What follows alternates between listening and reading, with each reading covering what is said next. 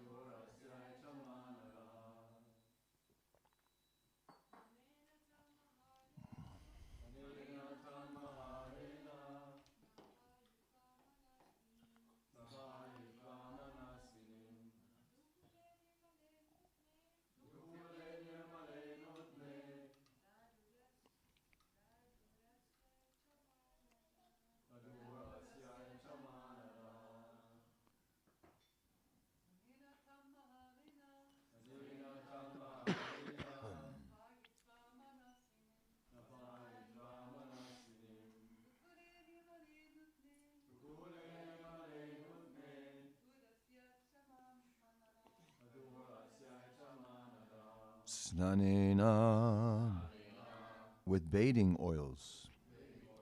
Tam, her.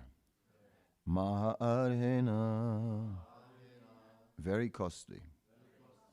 Snapayitva, after bathing. Manasvinim, the virtuous wife. Dukkule, in fine cloth. Nirmale, spotless. Nutne, new. Dadu, they gave. Asyai, to her. Cha, and.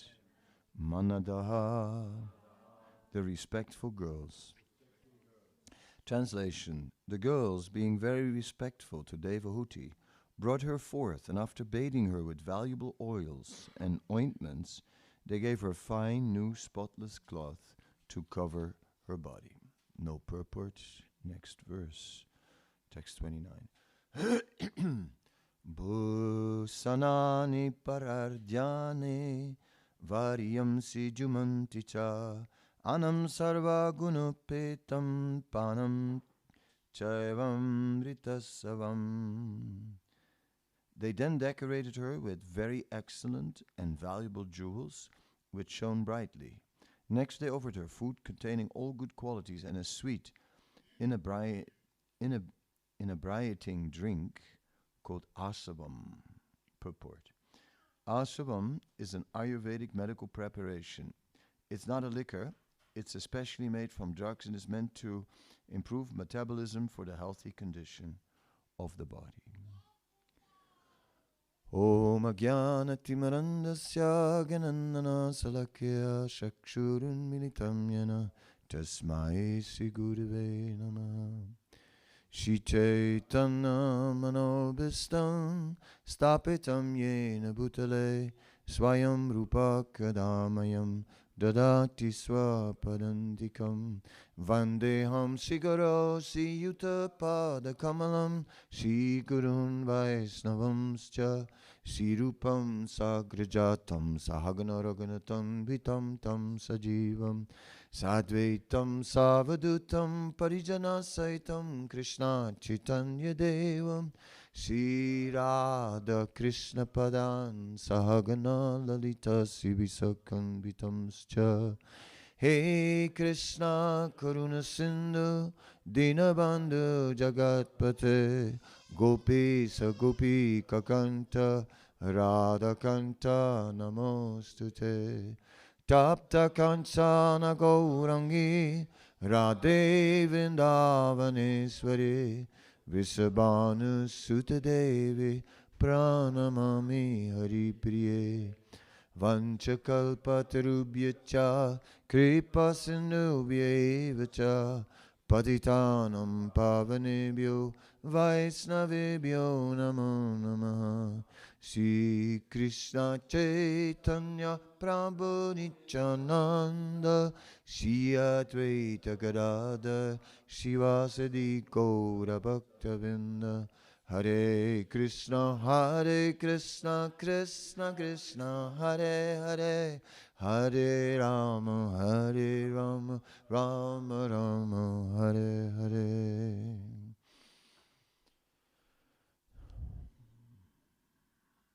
Devahuti was the daughter of an emperor and had grown up in a royal palace in royal opulence and properly cared for by her father.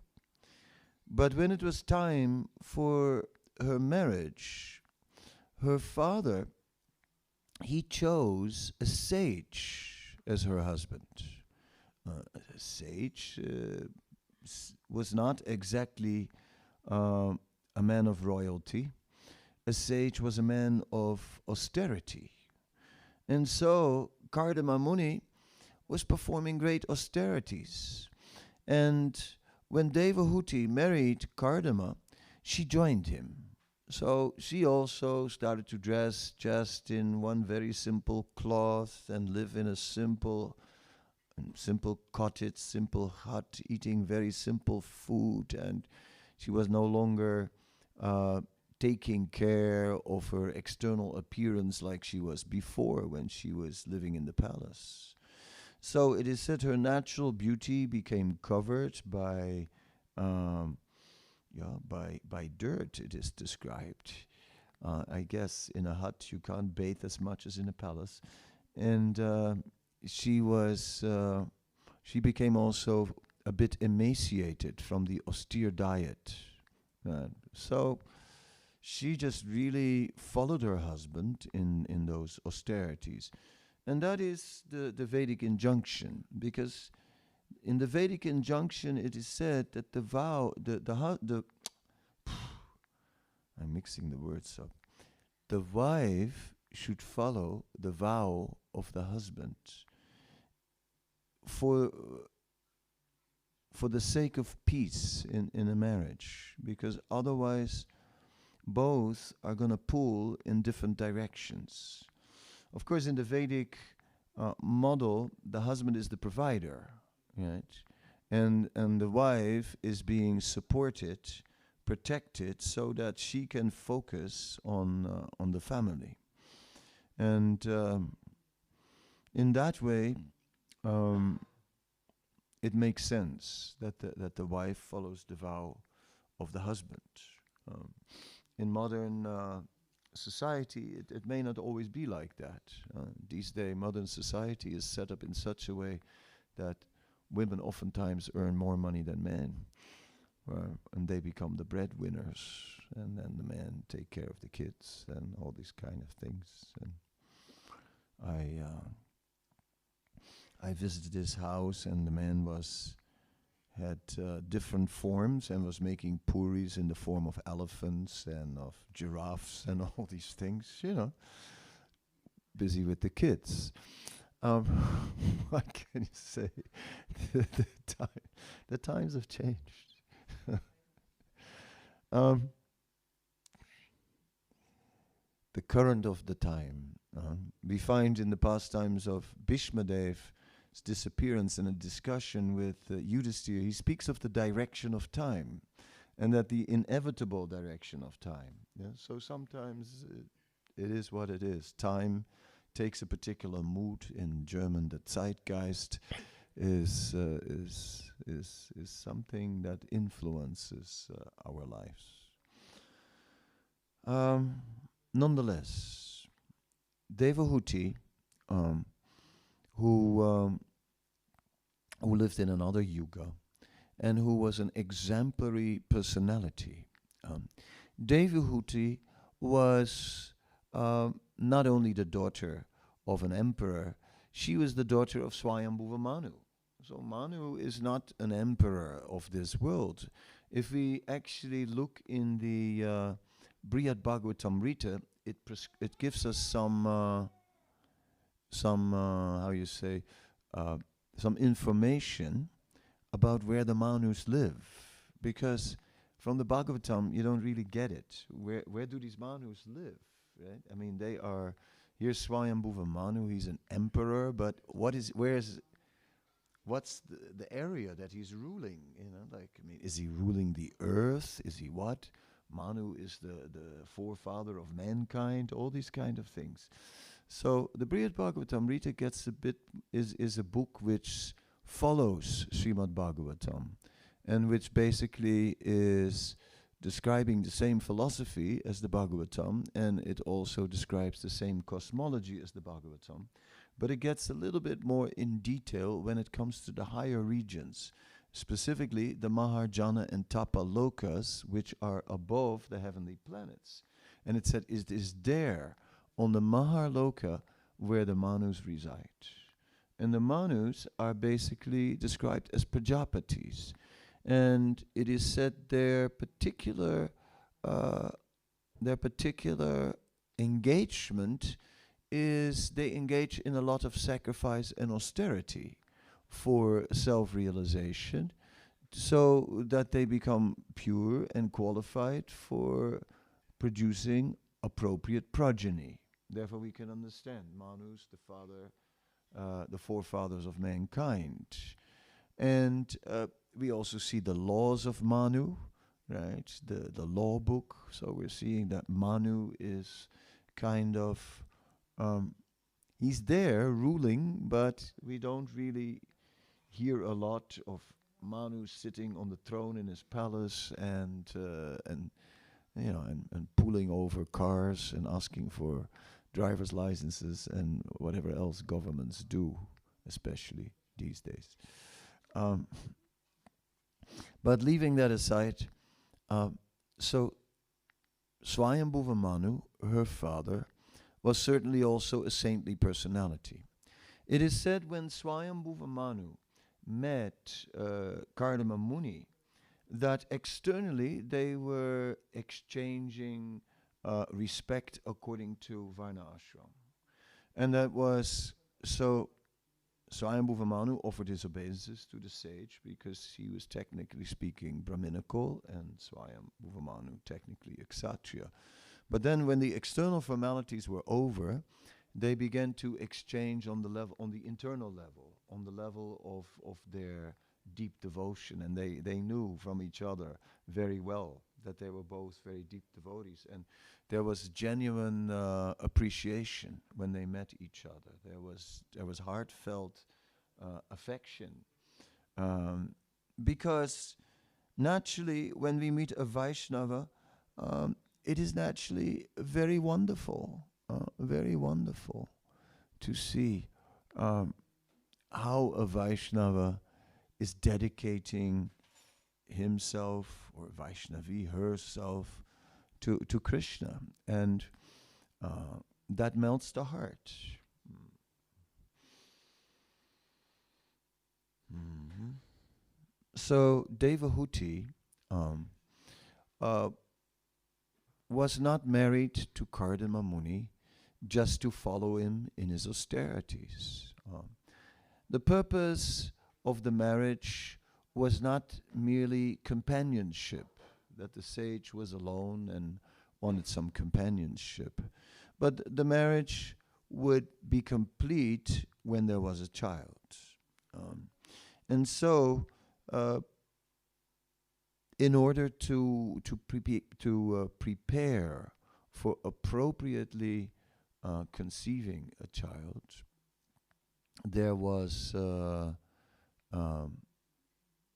there was this whole activity. Kardama Muni, although he was an austere sage, he was also quite powerful. He had many mystic powers. So here we find a description about these girls that were bathing Devahuti and so on. And these girls came forth of the mystic power of Kardama Muni. So he just arranged for that. He didn't have a palace with all kinds of maidservants, but he just arranged that there were royal servants, and they were very respectful, and they provided a suitable bath, they provided oils, they provided whatever was required to restore her glory, her beauty as a woman. And that beauty is an arrangement of nature, right? I mean, generally speaking, not always, but generally speaking, women are more beautiful than men. Right? If we look around the room, we can see, right? So that's nature's arrangement, and the fact that ladies dress up and look very pleasant and nice is not just an expression of lust. And here's this Maya Devi trying to prey on innocent young boys, and wrap them around the finger, chew them up, and spit them out. Next. That's not entirely the dynamics. There is something else. There is also actually a dignified feature of the same thing, where the ladies dress up in an attractive way. They have been given this beauty. Physically, they are the weaker sex, and they also are meant to have children, and that requires support. To bring up children without support is very, very difficult. Then one can practically not bring up the children properly. Nowadays, we have, of course, plenty of single mothers who usually get some support from the state, because it's just otherwise impossible. And we can see how children, usually the child has more energy than the mother, right? That's the first problem. So it's a competition, and usually the child wins and gets all the attention. So it just takes an incredible amount of energy to take care of children. And I saw once a movie clip on I guess it was on a plane, I mean, where else? And and what it showed was a couple, and they fell in love, and the camera was on face height. So you saw the expressions of love on their faces, and it was genuine, so there was real, like, happiness and so on. And then after a while, she became pregnant. And then the camera went down to belly height, right? And it was all the belly. It was now, like, it was like 9 months belly. The belly was the center of the whole, of that episode. And then the child was born, and then the camera went down to child height, right? And then the child became the center of the thing. And it was really good camera work. I was impressed. It was so smart, how it just took it from these 3 levels. And yeah, once the child is born, then things change, because then the child becomes the center. That is the, and with that there is an amount of sacrifice. Parents make a sacrifice for their children, quite a sacrifice, and it adds up over the years. It's a long sacrifice also. So therefore, children naturally feel indebted to their parents for that sacrifice that the parents made, and it's like it's natural. Especially the mother makes the biggest sacrifice in one way, at least physical. Anyway, whoever makes the biggest sacrifice, I'm not sure. But that love for the mother is very strong, right? Because of the sacrifice the mother has made. So that is an arrangement of nature. So the beauty of the lady helps to bind the man, right, to his responsibility. And that's all Krishna's arrangement. We have to see the whole arrangement of that there are male and female forms is Krishna's arrangement. We remember that in the beginning it was not so. We remember that in the beginning Lord Brahma was there seated on a lotus in an empty universe, and then he created sons from his mind. And he gave these sons also orders to increase the progeny, I guess also from their minds or something, but it didn't happen so well. Then he created Manu and his wife Satarupa. Satarupa, it says also from the back, from the rib. It's like almost biblical, right? What we are reading there. So that's interesting. So anyway, once man and woman. So these are the original Adam and Eve, one can say. So Manu and Satarupa. Yes, the Vedic Adam and Eve. And then population began to happen. And so that attraction between male and female became the center.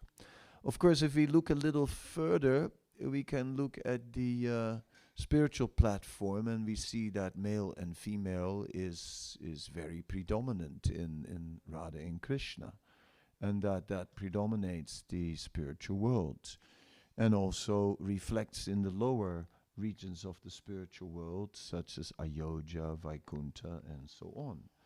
Right. So male-female is something that strongly exists on the spiritual platform. So it's not surprising that we wound up in these roles. These are roles. The soul has nothing to do with these bodies, and the particular tendencies that we have according to our body is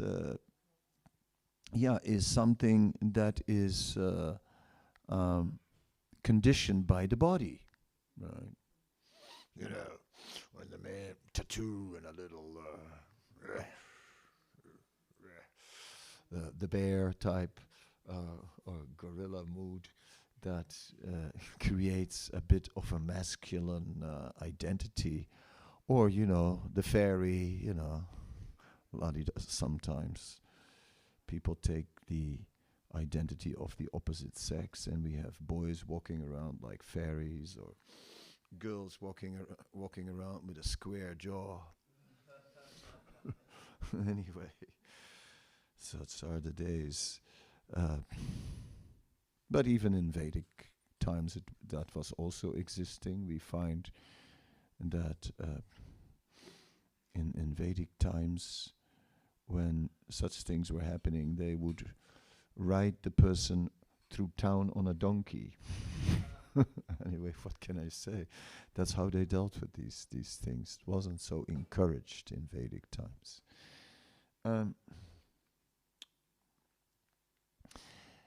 But these human tendencies and natural divisions are there. So we see that here in the union of two very exalted souls, Swayambhuva Manu and Devahuti, Kardama Muni and Devahuti, sorry, the daughter of Swayambhuva Manu and Devahuti and Kardama Muni. In their union was pure. Whatever element of lust was in that relationship, there was lust between male and female. Lust is there, and we will read that in the following verses in the chapter, that lust came into the picture. But that lust was not an obstacle. That lust was expressed according to dharmic principles. According to Dharma Viruddha Bhuttesu Kamusmi Bharatarsabha. The Bhagavad Gita refers to this Kamusmi Bharatarsabha, which is not opposed to religious principles, Dharma Viruddha Bhuttesu. And it says that the religious principles are outlined in the Manu Samhita. In the Manu Samhita, it describes actually how to appropriately conceive a child. What was it again? Was it the 17th day? I think it has to do with the monthly cycle of the female, and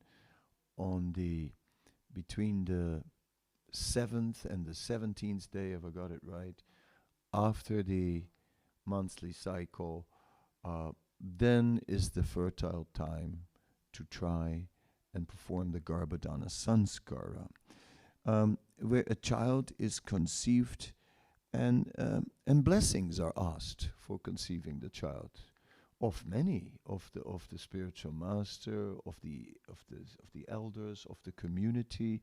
It's like a very kind of, the whole thing is taken out of the illicit sex type of sphere of something dark and hidden, with whatever it is. It is taken, it is rather brought to a platform of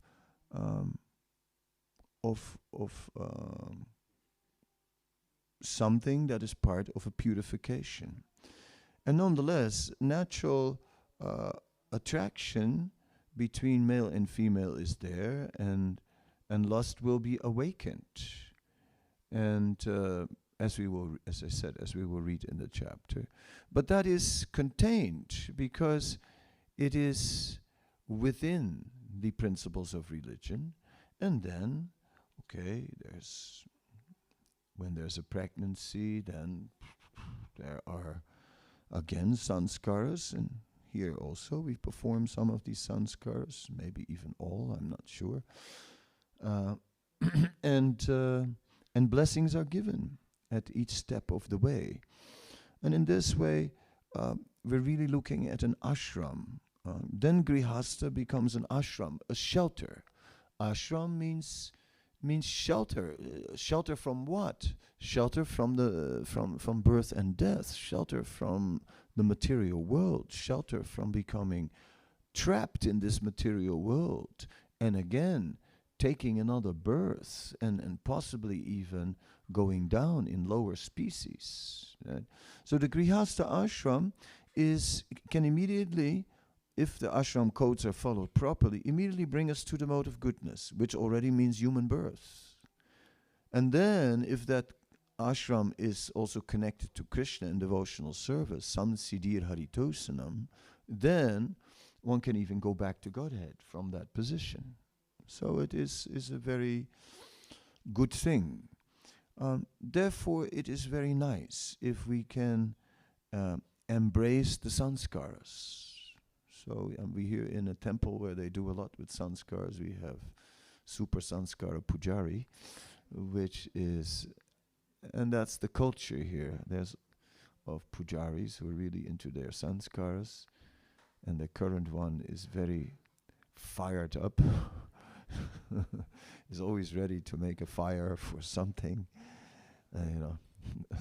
His motto must be a fire away keeps Maya away. Fire a day keeps it's really something like that, right? Oh. That black chadar, it's like sometimes you think it's Yamaraj, and then you look, oh no, it's I see something black and I really think, oh God, it's Yamaraj, and then I think, oh no, it's it's just Ramananda. Thank you. But so the importance of these sanskars are that they anchor us in the ashram, right? Without sanskaras, how are we going to keep that ashram? Is it even an ashram? See, if you just get married, you're Hare Krishna, and and you've been in the temple for a while, and then you get married, and suddenly there you come together, man and woman, and well, if you get on with each other, you're lucky, and if you don't, well, then some furniture may start flying, and I mean, suddenly you're with this one person in the same house, and that person does things differently than you're accustomed, and it's really it's not easy. I have been in the Grihastha ashram, and we were living in Vrindavan, right? And I'll give a little practical example, which is not so bad, so I can give this one. But in Vrindavan, they have a Mangalarti in Srila Prabhupada's Samadhi, and that's Prabhupada's original Samadhi, whereas, so you want to go, but it's at 4:10. So it just adds those 20 minutes earlier rising, which is, you feel the pinch, if it's every day, 4:10. It's sort of like, okay, give it that extra push, right? So, all right, I was into it, give it the extra push. But with the extra push, I also was able to do everything from getting up to running outside to the bathroom, which was outside the house, and then this and that, and back in full attire, and tilak and everything on, standing in front of the samadhi, right, in 12 minutes. So you can understand, as soon as whatever alarm clock went off, I would just bounce up from the bed, like just sprint to the bathroom. My gamsha, everything was already, in position. Just so while running, I put it on, ran into the bathroom, do whatever I had to do, cold water anyway, so it was quick. Ran back out and just grab a dhoti. And it's a kurta. One day, the dhotis were on the right, and the next day, the kurta were on the right. She was changing the positions of the dhotis and the kurtas. I mean, can you imagine? No, really. I want a dhoti and I grab a kurta. I was kind of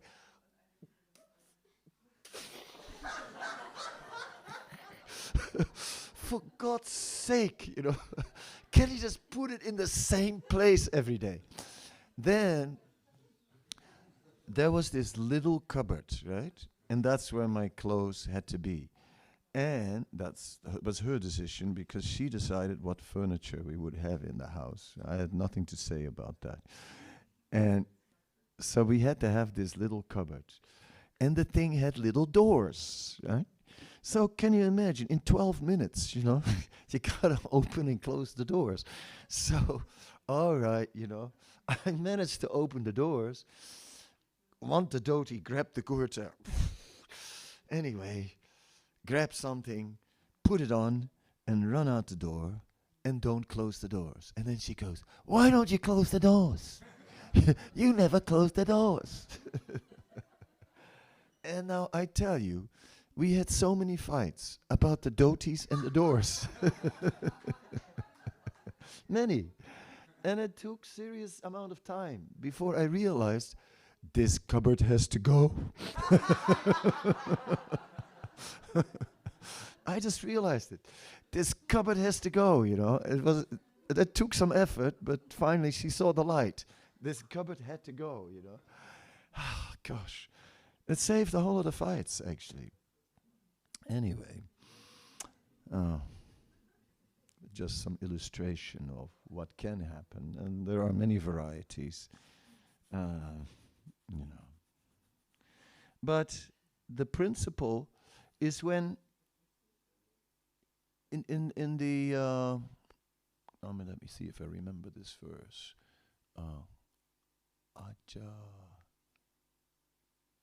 It's called Ajayudha, but I forgot the rest. It's said that the fights between grihastas are like the fights between two goats. Yeah. It says like, you know, and Prabhupada says, yes, you know, just like the fight between goats, you know, two goats. You just come near and you go like, hut! And it's over. It's over.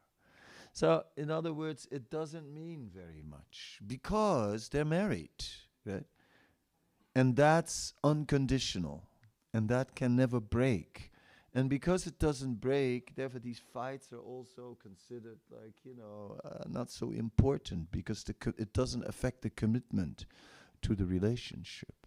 So marriage is something so deep, something so incredibly deep. It's not at all superficial. It is just like, it's about deep commitment, a very deep commitment. And it's like, it's an unconditional commitment. It is very scary because you don't know what you're going to get. Oh, crystal ball, what's it going to be like in 5 years from now? You don't know. And is the crystal ball right or not? Can the astrologer really tell you? Well, the astrologer, we were 70% compatible. Well, the other 30% won. That's one way. You know. It's not easy. That's my point. I'm making a few jokes to entertain you, but you can see, you get the point. You know, like it's not so simple. It's not that the 70% compatibility is automatically going to do the job. Okay, you know, shall we get married or not? No. Wait. Okay. Wait. We don't want to wait. Wait. First, the compatibility. Okay. 70%. Yes. Okay. This marriage is auspicious. Oh, Panditji said marriage will be auspicious. Very good. Yeah, okay. But that's, and then say, okay, it's done. We got 70%. Hey, got the cat in the bag. Not entirely. Not really. There is some work to be done. Right? You know, my philosophy is marriage doesn't work. You have to work for it to make it work. Then it will work if you work for it. So it is a path of dharma. It is a path of trying to act according to duty is there. It is a sense of duty. That commitment is not only like a one-time commitment. All right, I'll get married and I'll never leave. You know, not that. It's like the commitment manifests itself time and time again. We were in New York, and there was Pancharatna Prabhu, who is like, you know, a devotee from 1971, and with his wife, and they're older now, naturally. I mean, when you joined in 71, 50 years ago, you got to be older these days. So they're both older, and their marriage has been there since a long, long time. And they have such a relationship, you know, like, I mean, he's just in a meeting and taking notes on a notepad or something, and his wife just walks in like out of nowhere, and she goes, "I need a notepad." You know, there's a little passionate. Ladies can be passionate, right? So she doesn't think about anything. She just walks in and says, "I need a notepad." And he just very peacefully tore the top pages that he had used off and gave her his notepad, you know. And I go, wow. It's just like, she cooks for the deities and he goes and washes the pots. He says it's good for me, you know. Once a week I wash pots. It's like, it's good for me. It's like, wow, I'm so impressed. Like such a considerate husband, extremely considerate. Yeah. And when I was looking at it, I wasn't always like that. I was sometimes like, you know, it's like my notepad, you know. It's like I didn't have always that, but I really appreciated this in him. I even complimented him the other day. I said, "Wow, you're such a good husband. I'm really impressed." He says, "I'm trained."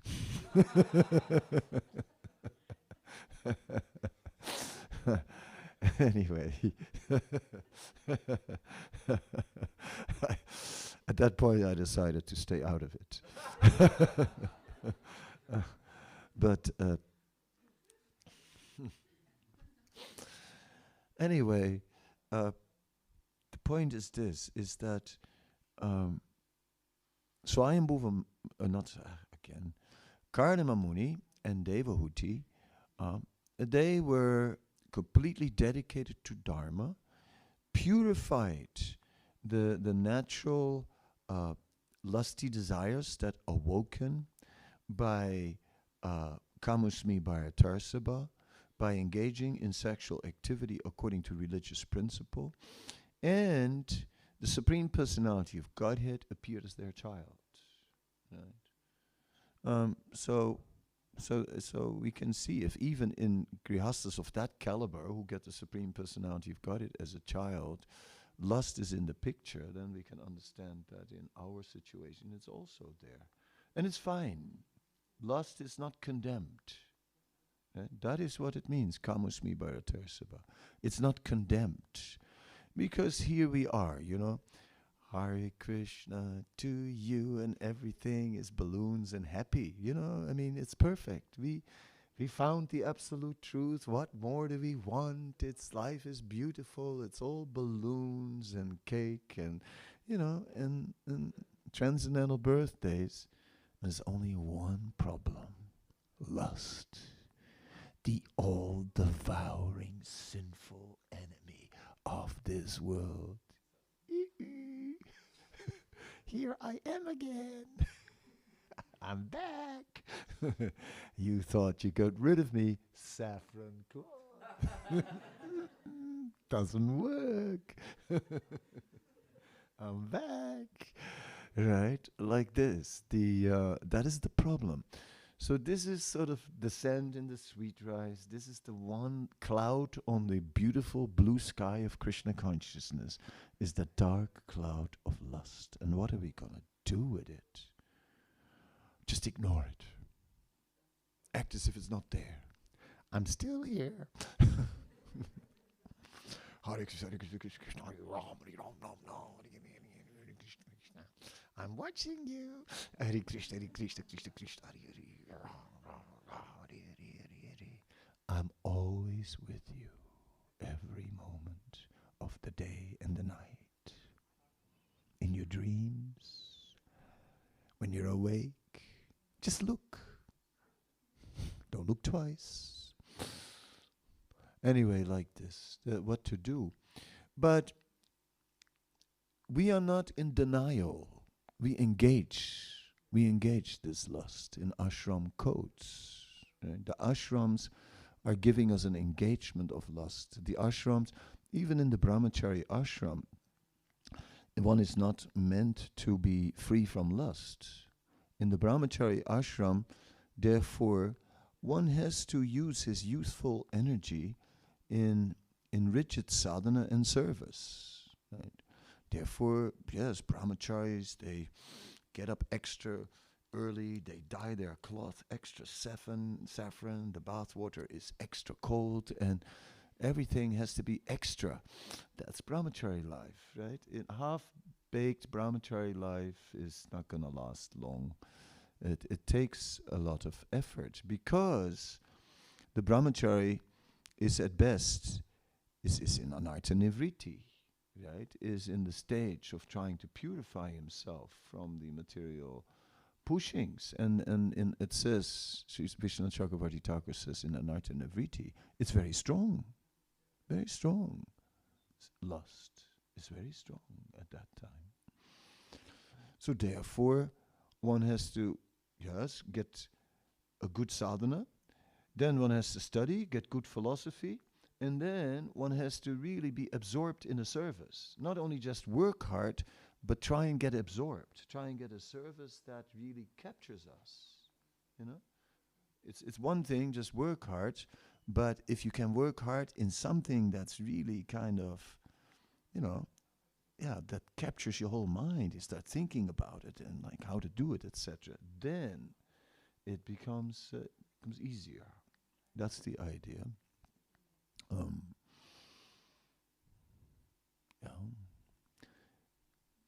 Okay, Grihastha I spoke about. Vanaprastha is a painful situation. Vanaprastha is tough. That's why we don't have any. I mean, very few, right? Because Vanaprastha means you're going to cut. You're going to cut old habits. You're going to break old habits.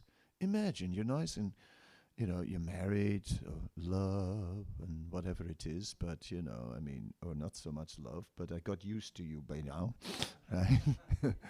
I don't really love you, but I guess, you know, I got used to you, and to not be with you is suddenly strange. You know what I mean? After so many years together, it's strange when you're not together. And when you had a comfortable house, to go and live in a cottage, just as you're getting older, oh, my back, you know, I miss me waterbed, you know. Right, yes. So like this, you know, it gets austere. Yes, just as you were getting used to some comforts of life, then you're going to give them up as you're getting older. Yeah, that's the time when you need a little bit more comfort. The old bones want a little bit, you know. The old bones don't want to sleep on a yoga mat. I tell you that. No way. I ain't sleeping on no yoga mat anymore because I ain't sleeping. If you give me a yoga mat, I'll be awake the whole night. Forget it. I'm not going to go on a yoga mat at this stage. I can't sleep anymore. When I was 20, I didn't care about anything. Now, I mean, can it be a little softer, please? Ow. Everything hurts. So it's tough. So the point is the Vanaprastha ashram is quite difficult in a sense. It's an ashram of pain. It's an ashram of austerity. It's an ashram of overcoming that pain. It's an ashram of detaching from the pain and letting it go and enduring. So it already requires some maturity in spiritual life to do that. Okay, sannyas begins at nista. Etam sastaya paratmanistam. Adyasintam purvatamir mahadbi aham tarijami duranta param tamo mukundangri niseviye. One can cross the ocean of nescience by taking shelter of the lotus feet of Mukunda, the giver of liberation, with paratanista, with para-artanista, with complete dedicated determination. So that cannot be by pushing. It has to be by attraction.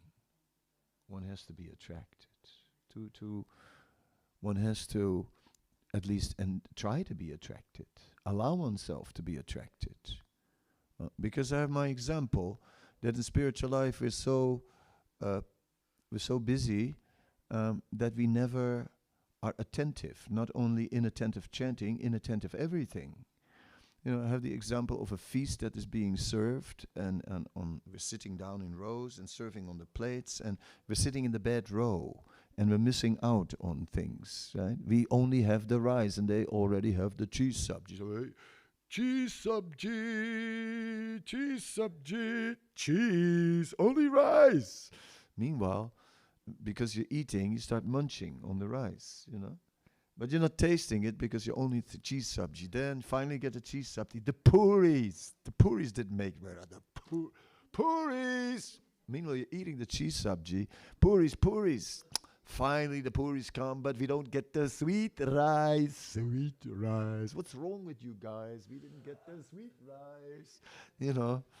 Rasgulla. Anyway, we go over to the whole menu. In the end, we've eaten the whole feast and we didn't taste a bite.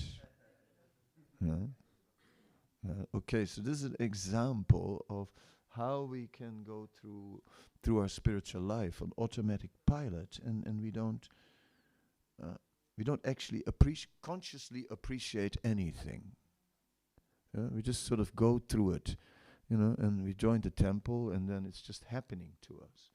So sannyas is the stage where you really have to become much more conscious, and you have to become much more conscious about what you're doing and about meeting Krishna in there, meeting Krishna in your chanting, meeting Krishna in your reading, meeting Krishna in your service, meeting Krishna, and really seeing Krishna, experiencing the presence of Krishna. That is very much needed in sannyas, because otherwise your nista will only be by determination and just be pushing yourself, towards like being renounced. But that's very difficult. Whereas when you're drawn to Krishna, and you start seeing Krishna everywhere, then it's much easier to be renounced. In this way, the sannyasis are meant to inspire, and in this way, the other ashrams can also pick that up, already seeing Krishna. Why not? When you're a grihastha, you can also see Krishna in your chanting. You can also try and see the presence of Krishna more and appreciate the presence of Krishna, because he is present. He is with us. This is a little bit a sketch of the 4 ashrams for you and how it all works on a spiritual platform. As I say, it's a sketch, because when you talk about Varna Ashram, even a book wouldn't be enough. You could write a book, you can make an encyclopedia, the Varna Ashram encyclopedia. But I don't feel the calling to do that. So if someone else wants to write the Varna Ashram encyclopedia in 30 volumes, that would be a wonderful service to this movement. But one day someone will be inspired to do it. We need it. It will be a great asset. There's a lot more that we can, because if we would have that, then we could understand the culture better, of how to fill it in.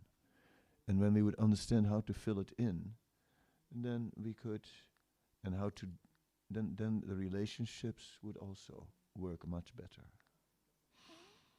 And we would be situated better in our ashrams. So it's important. Okay, I thank you for listening to me all this time. I don't know what time it is even. Yes, time for questions and comments. Yes, in the back I see hands everywhere. You think that I can hear from that distance when you're whispering?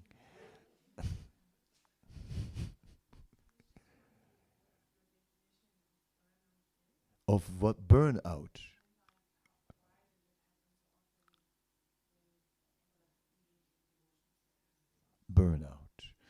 Burnout means over-endeavor, the result of over-endeavor, prayasas.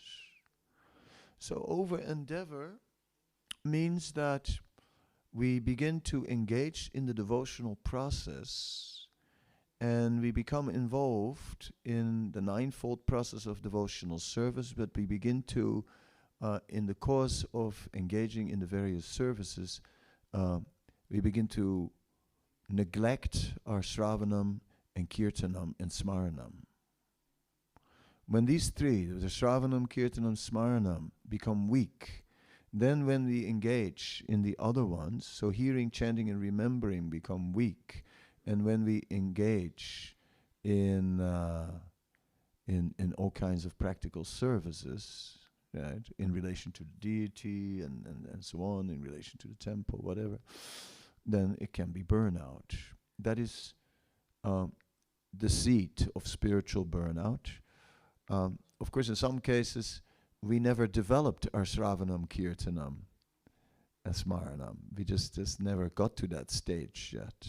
And it may be that it's not just, it may have been neglected from the onset, and we have to first learn to develop these, to give more depth and meaning to our spiritual life. Then we'll feel more inspired, and we can bring more inspiration to these other things.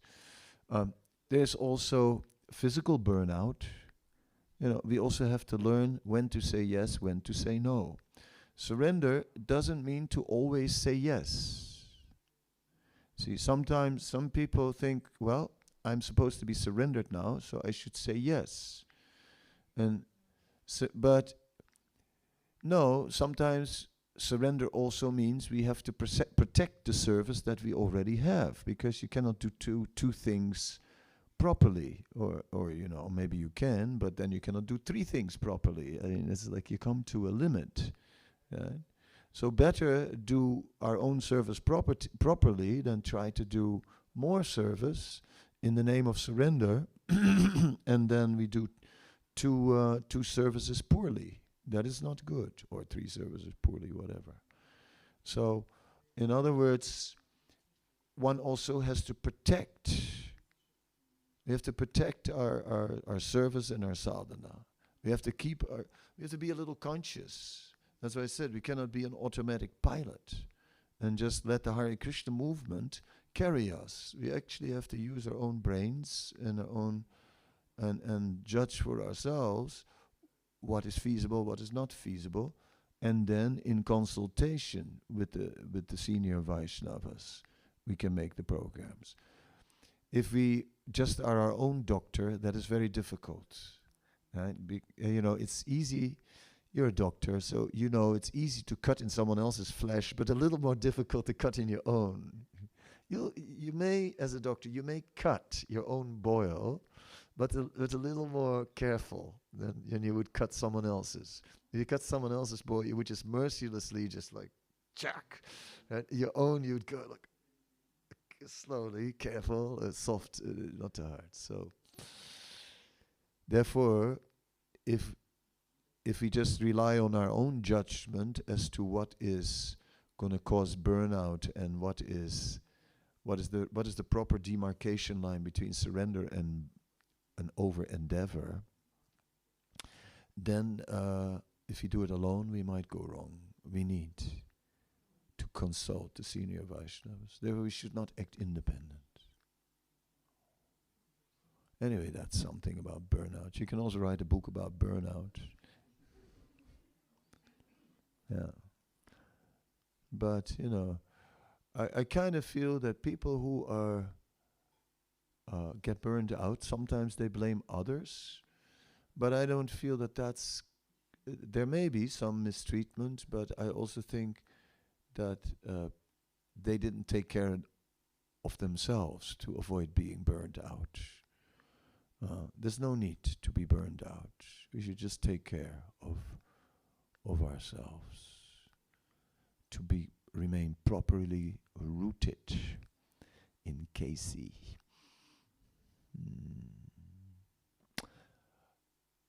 Yes, I mean, in the back there was another hand, and then, yeah, loud and clear.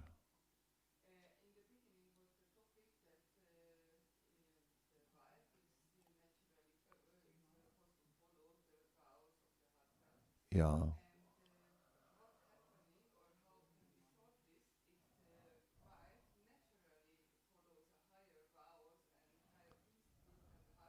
Yeah. Yeah. But I addressed that in the lecture. I said that I spoke about the man who was not the breadwinner, but who made puris, elephant puris and giraffe puris with forms, remember?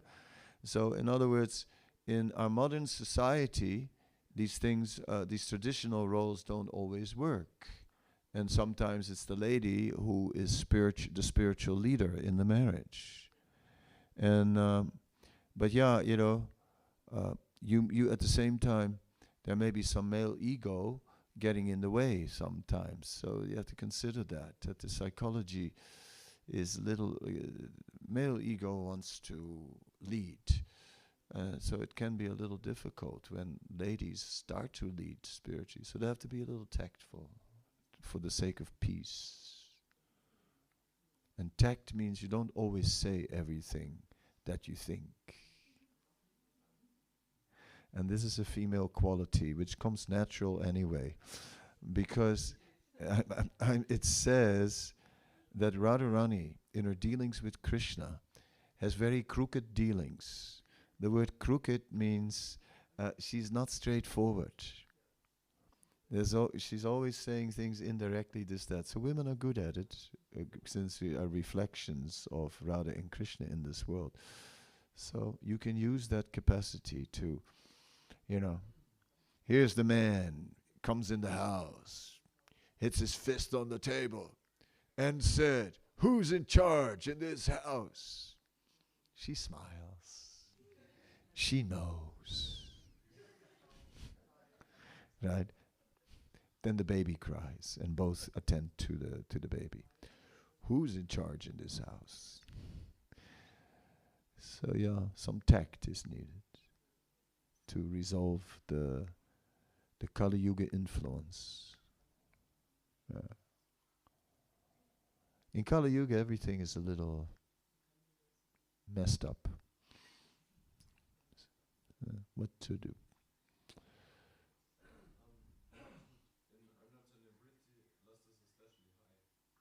Yeah, still quite high.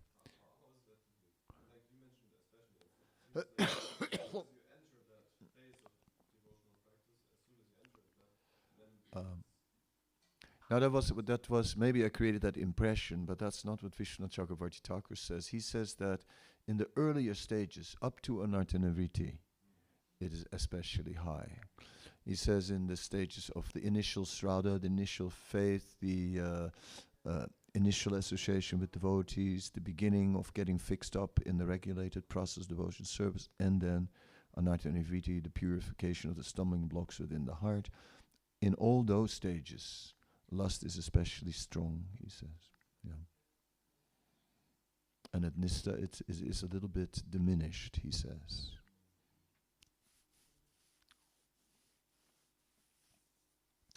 Finito. Hare Krishna. All right, thank you very much. Srila Prabhupada ki jai.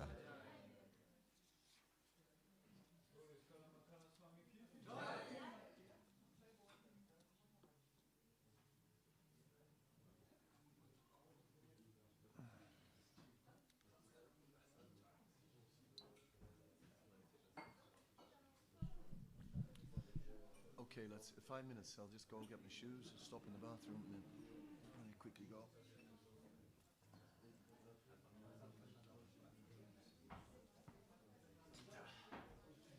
Yes, sir, Mr. Jayadev.